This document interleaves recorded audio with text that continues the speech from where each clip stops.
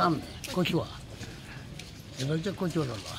হ্যাঁ, এই সামনে মানে ঘরের মধ্যে আগুন তাপছিল, আগুন তাপতে যায়, যাই হোক শাড়ির সঙ্গে কিংবা কার সঙ্গে কিছু লেগে যায়, আগুন ধরে মারা যায়। হ্যাঁ, এমনি কেউ দেখেনি।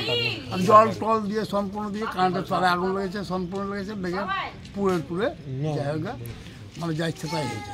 আমরা কী করবো, লাস্টে দেখে টেকে দিয়ে জল টল ঢেলে দেখছি যে এরকম পরিস্থিতি, যাই হোক থানায় নিয়ে ঘরের সমস্ত জিনিসপত্র পড়ে গেছে।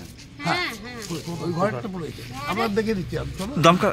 দমকল এসছে, দমকল এসেছিল, কিন্তু দমকল এসে কী করবো, তার আগেই তো অবস্থা খারাপ, আমরা নিভিয়ে দিয়েছি, আগুন আমরা নিভিয়ে দিয়েছি, কিন্তু দমকল এসে কী করবে, নিভিয়ে দিয়েছি।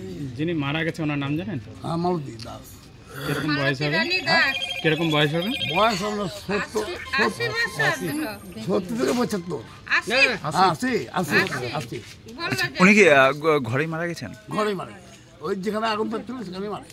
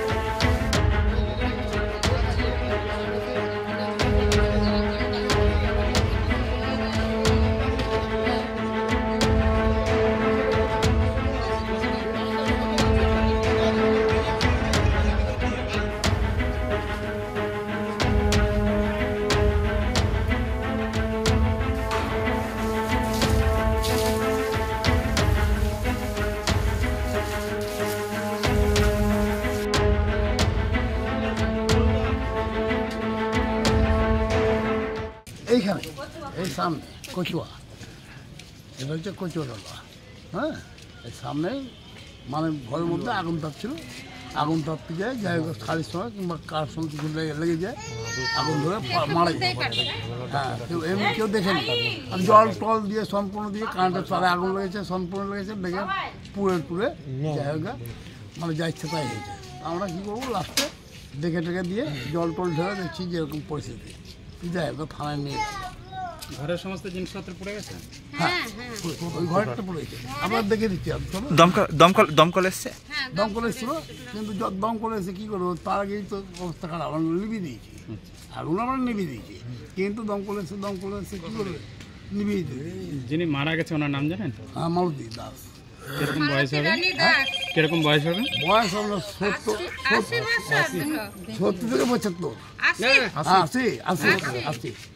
উনি কি ঘরেই মারা গেছেন? ঘরেই মারা, ওই যেখানে আগুন থাকছিল সেখানেই মারা।